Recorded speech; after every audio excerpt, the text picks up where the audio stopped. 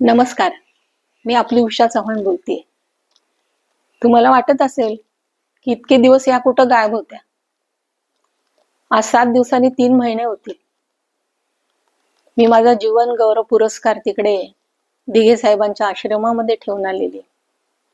त्यावेळेस माननीय उपमुख्यमंत्री एकनाथजी शिंदे यांनी मला प्रॉमिस केलं. सगळ्या गोष्टी मला विचारून घेतल्या. कायदेशीर जे जे काही पॉइंट होते त्यांना ते सगळे माझ्या मुलाने सांगितले, मी सांगितले. आणि ते ऐकल्यानंतर त्यांनी मला प्रॉमिस केलं, उषाताई तुमचं मी काम करणार कुठल्याही परिस्थितीत. ह्या अख्ख्या महाराष्ट्राने बघितलेलं आहे. नवीन आपल्याला काही सांगायला नको. परंतु त्यांना माहिती आहे की नाही काय मला कल्पना नाहीये. असा डोक्याला ताप देतात त्यांचे लोक मला, माझ्या मुलाला, की एक पत्र पाठवले त्यांनी मुख्यमंत्री ऑफिस मधून आणि त्याच्यामध्ये भंजाळल्यासारखं लिहिलेलं आहे. काही लागेल ते लिहिलेलं आहे की ज्या TDR साठी मी काही वर्षापूर्वी तिथे आझाद मैदानावर उपोषणाला बसले होते. काही गोष्टी केल्या आणि माझ्या ऑपोजिटचे लोक त्याचा फायदा घेऊन उपद्व्याप तिकडे मंत्रालयामध्ये चालले होते. हे मला नंतर कळलं. परंतु ज्याच्या करता मी एवढा त्रागा केलाय किंवा कष्ट केलंय, मी उपोषण केलंय, तीच गोष्ट तुम्ही कॉर्पोरेशन, पुणे कॉर्पोरेशन कुठल्या तरी एक क्षय व्यक्तीला, परप्रांतीयांना माझा देऊन टाकता हिस्सा. कागदपत्री सगळा हक्क असताना माझ्या मुलाचा. आणि असं उपद्व्याप करण्यामध्ये त्यांना काय मिळतं? आम्हाला मायलेकरांना त्रास देण्यामध्ये काय मिळालं त्यांना? उलट बदनामी केली त्यांनी पुणे कॉर्पोरेशनची. काय अधिकार आहे हो तुम्हाला आमचा TDR द्यायचा लोकांना? कोर्टातून एवढा त्यांनी निर्णय दिलाय की दोन्ही पार्ट्या एकत्र बसा, कॉम्प्रोमाइज करा, तुम्ही निर्णय घ्या. ह्यांना कॉर्पोरेशनला काय अधिकार नाहीये, काही अधिकार नाहीये, तरी सुद्धा बळजबरी करतात. कोण आहे त्यांच्या पाठीमागे की ज्यांना कुठलं काय खायचं नाहीये, व्यवस्थित पचवायचं नाही पोटामध्ये, लोकांचा हाय घ्यायची ही? कोणी सांगितलं यांना? कोण आहे आमचे दुश्मन हे? का आम्हाला वारंवार त्रास देतात? बेकायदेशीर स्वतः बघायचं आणि आम्हाला हेलपाटे घालायला लावायचे. कुत्र्याचं शेपूट वाकडं ते वाकडच. ही लोक कधी सुधारणार आहेत? आणि हे सुधारण्यासाठी मी माननीय उपमुख्यमंत्री एकनाथजी शिंदे यांच्याकडे गेले होते. त्यांनी मला प्रॉमिस केलंय, त्याची मी आतापर्यंत वाट बघत होते.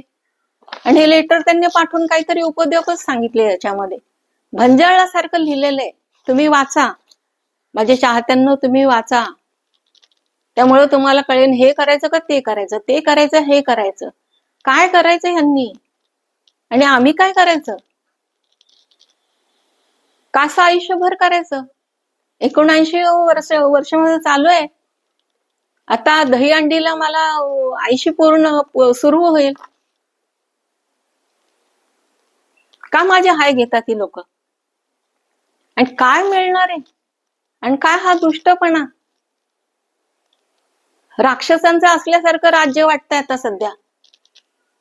मराठी माणसाला जगवायचंच नाही का यांनी? परप्रांतीयांना देत बसायचं आमचं हक्काचं, जे कष्टाचं आहे, जे आमचे अधिकार ज्याच्यावर आहेत. तुम्हाला काय अधिकार आहे आमची गोष्ट लोकांना द्यायची? तुम्ही तुमचंच पत्र वाचा. हे कसं भंजाळल्यासारखं लिहिलंय ते. हे करू का ते करू, ते करू का हे करू, असं तुमची परिस्थिती झालेली आहे. आणि हे मला आज बोलायचं कारण हे की अजून 7 दिवसांनी 3 महिने होतील. मध्ये एकदा त्यांचे PA, 1 नंबरचे जे PA आहेत, त्यांचा फोन आला होता. 10 दिवसाच्या आतमध्ये मीटिंग ठेवतो. त्यानंतर त्यांचा फोनच आला नाही.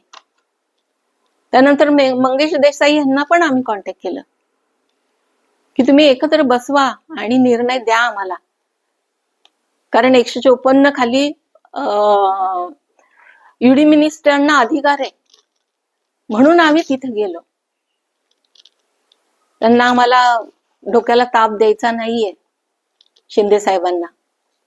काय अधिकार नाही, हा आमचा हक्काचा गोष्ट आहे. आणि हक्काच्या गोष्टीला कुणी डावलू नये असं मला वाटतं.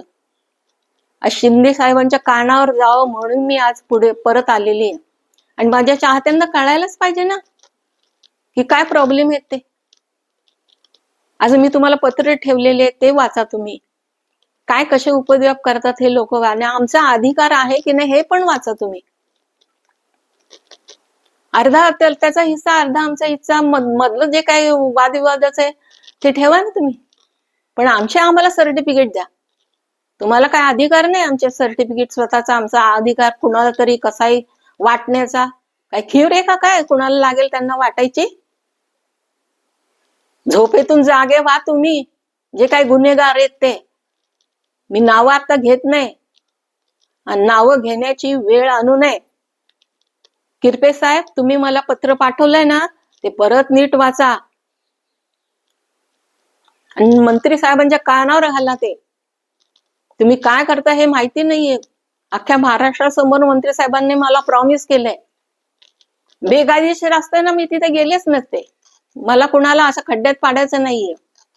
कुणाचं वाईट चितलं नाही मी आयुष्यभर आणि कधी वाईट चितणार नाही. पण माझे हाय कोणी घेऊ नये. माझं मला वाटायचं द्या तुम्ही सर्टिफिकेट माझ्या हातामध्ये. अजून किती वर्षांनी देणार आहे तुम्ही? हायकोर्टने सांगितलंय कॉर्पोरेशन मध्ये तुम्ही दोन्ही पार्ट्या जा, कॉम्प्रोमाइज करून तुमचं तुम्हाला घ्या.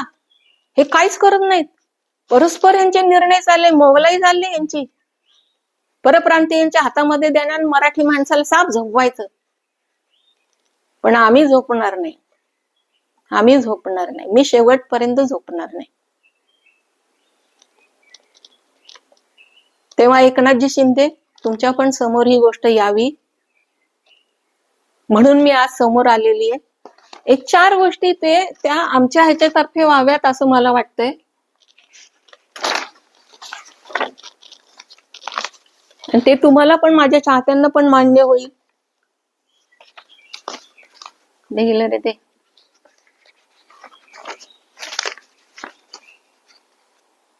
माझं ते राज ठाकरेंसारखं झाले.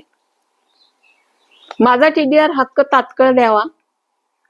माझा टीडीआर कोणाची कृपा नाहीये मला देण्याची. तो माझा कायदेशीर हक्क आहे आणि तो हक्क कागदपत्राद्वारे स्पष्ट असताना तो देण्यास विलंब होणे अन्यायकारक आहे. मी महाराष्ट्र शासनाला, संबंधित सर्व अधिकाऱ्यांना नम्रपणे ठाम विनंती करते. 17 मे 2026 रोजी दिलेल्या आश्वासनाचा तात्काळ मान राखावा. माझा टीडीआर कोणत्याही विलंबनाशिवाय तात्काळ प्रदान करा. आम्ही कोणाकडूनही अतिरिक्त लाभ मागत नाहीये. जो आमचा हक्क आहे तो आम्हाला तात्काळ द्यावा ही विनंती. बघा, तुमच्या मनात काय मराठी माणसाविषयी येत असेल ना तर कृपा करून करा. आमचे हाय खाऊ नका. जय हिंद, जय महाराष्ट्र.